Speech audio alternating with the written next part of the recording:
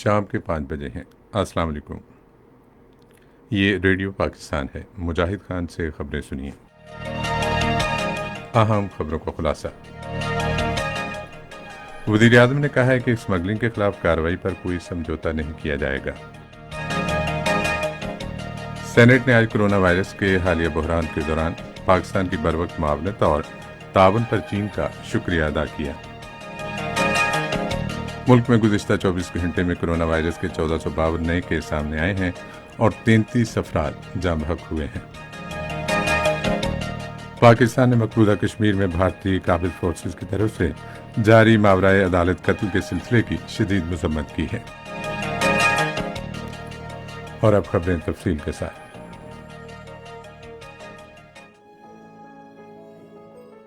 گھبرائیں نہیں، احتیاط کیجیے، کورونا وائرس سے بچاؤ ممکن ہے۔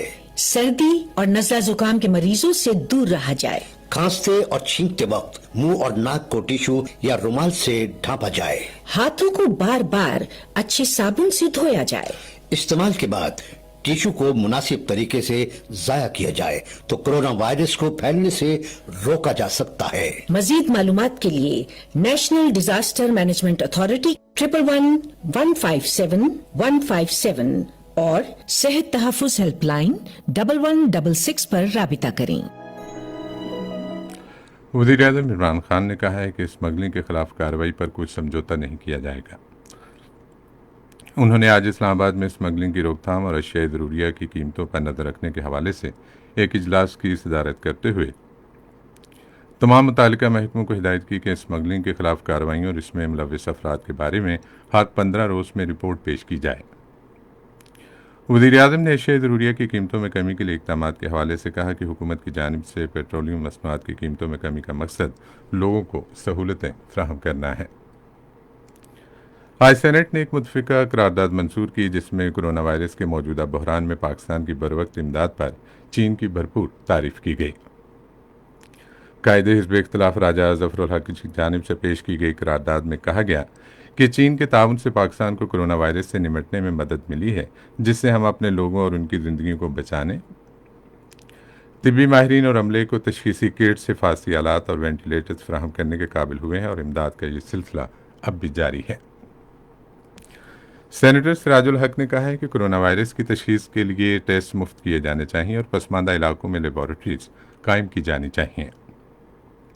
سینیٹر عثمان خان کاکڑ نے کہا کہ ڈاکٹرز، نرسز اور دیگر معاون طبی عملے کے لیے حفاظتی سامان ترجیحی بنیادوں پر فراہم کیا جانا چاہیے۔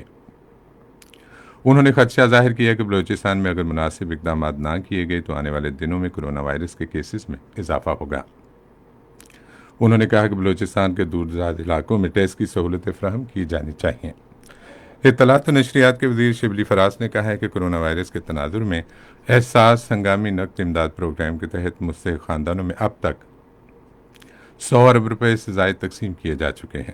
آج سینیٹ میں مختلف ارکان کی جانب سے اٹھائے گئے نکات اعتراض کا جواب دیتے ہوئے انہوں نے کہا کہ وزیر اعظم عمران خان نے چھوٹے کاروباروں اور یومیہ اجرت والے مزدوروں کے لیے 1200 ارب روپے کا ایک شاندار پیکج کا اعلان کیا۔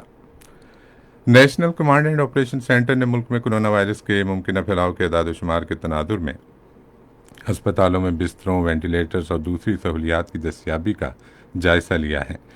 این سی او سی کا اجلاس آج اسلام آباد میں منصوبہ بندی اور ترقی کے وزیر اسد عمر کی زیر صدارت ہوا۔ صوبائی نمائندوں کے اجلاس کو جلوسوں، مارکیٹ اور ہجوم کے مقامات کے حوالے سے تازہ ترین صورتحال سے متعلق بتایا گیا۔ ملک میں گزشتہ 24 گھنٹے کے دوران کرونا وائرس کی وجہ سے متاثرہ افراد کی تعداد 35,788 تک پہنچ گئی ہے، جبکہ 1,452 مزید نئے کیسز سامنے آئے ہیں۔ پنجاب میں مصدقہ مریضوں کی تعداد 13,561، سندھ میں 13,341، خیبر پختونخوا میں 5,255، بلوچستان میں 2,239، گلگت بلتستان میں 482، اسلام آباد میں 822 اور آزاد کشمیر میں 91 افراد میں وائرس کی تشخیص ہوئی ہے۔ کرونا وائرس سے 9,695 افراد صحتیاب ہوئے ہیں، جبکہ مرنے والوں کی تعداد 770 ہو گئی ہے، جس میں 33 نئی اموات شامل ہیں۔ دنیا بھر میں کرونا وائرس سے اموات کی تعداد 2,98,000 سے تجاوز کر گئی ہے، جبکہ 44,40,000 افراد میں اس وائرس کی تشخیص ہوئی ہے۔